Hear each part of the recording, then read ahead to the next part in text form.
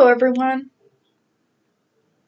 I've been thinking about doing a series of video shorts to kind of like break down my journey into like short videos to kind of like break up the different stages of my life and just share what I had experienced through the different stages of my life living with a CACNA1A genetic mutation.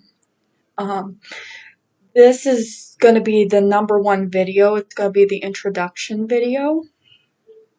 And I just I just really wanted to do something like this and just kind of like break down my journey and just kind of like share it with you. It's going to be solely based on my experience and what I had learned about my condition in the meantime. Um, so yeah. So this is the number one video. Introduction. Okay. So CACNA1A is a gene. Um, it's responsible for different disorders or conditions that are neurological. Okay. First, I want to share with you what these are. Okay. This gene is responsible for mutations within the gene causes a disease.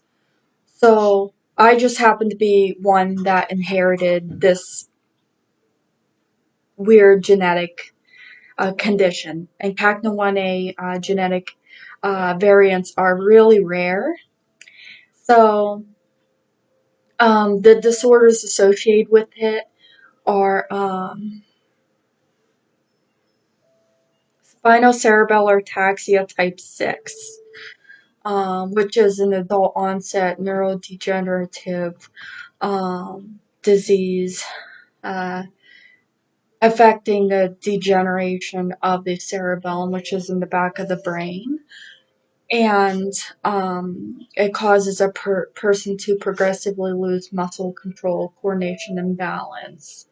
It could cause a person to eventually have speech problems, slur their words, and later stages have choking issues on their drink and food. It can impair the fine motor tasks because you have to coordinate. You have to be able to coordinate to do anything like write on a piece of paper and things like that. It doesn't just affect your ability to walk. It affects like everything, every muscle in your body. Okay. So it could come with a host of other symptoms, but this is going to be a shorter video, so I don't want to get a whole lot into it. So that's SCA6. Episodic ataxia type 2 is another one that comes from having this gene mutation. And this is specifically what I'm supposed to have. It's characterized by sporadic bouts of severe incoordination imbalance, nausea, vomiting, diplopia, double vision, slurred speech, and all that. That comes in sporadic episodes from periods of hours to days in duration. A person can have a severe attack, let's say, and it could last a long time. That's episodic ataxia type 2. But the confusing thing about episodic ataxia type 2 is that it can reminiscent spinocerebellar ataxia type 6, where the individual can develop a secondary progressive ataxia syndrome, in addition to having their periodic episodes. So this is due to, again, the cerebellar atrophy in the back of the brain. Um, and vice versa with SCA6, it's said to overlap in symptoms as well, according to research I had done. Another thing is hemiplegic migraine type 1 is another disorder characterized by hemiplegia, weakness on one side of the body, migraine headache, or visual disturbance and stuff like that. Okay, so that's another one. Seizures can range from mild to severe in CACNA1A genetic mutations. Okay, so that's another thing. There are instances where people with it develop very serious seizures. So this whole idea of people having a CACNA1A genetic mutation and it not being serious isn't true, because it can lead to very serious things. Um, so, I mean, people can have very serious seizures from it. And seizures can also coexist with episodic ataxia type 2. And so there has been some instances where seizures have become life-threatening.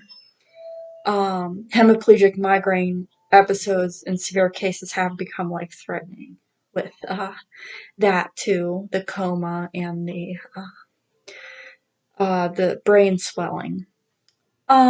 So other symptoms include neurodevelopmental differences.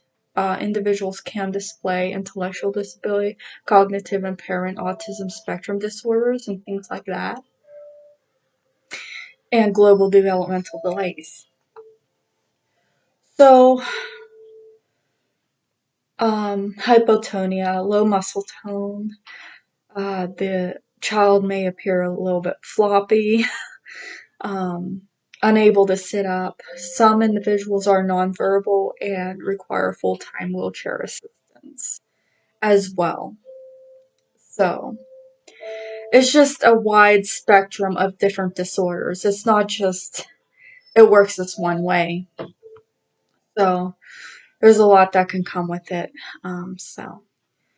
Anyways, that's the introduction video. Stay tuned because I'm going to get into the next video and discuss my initial symptoms of my condition in the next video.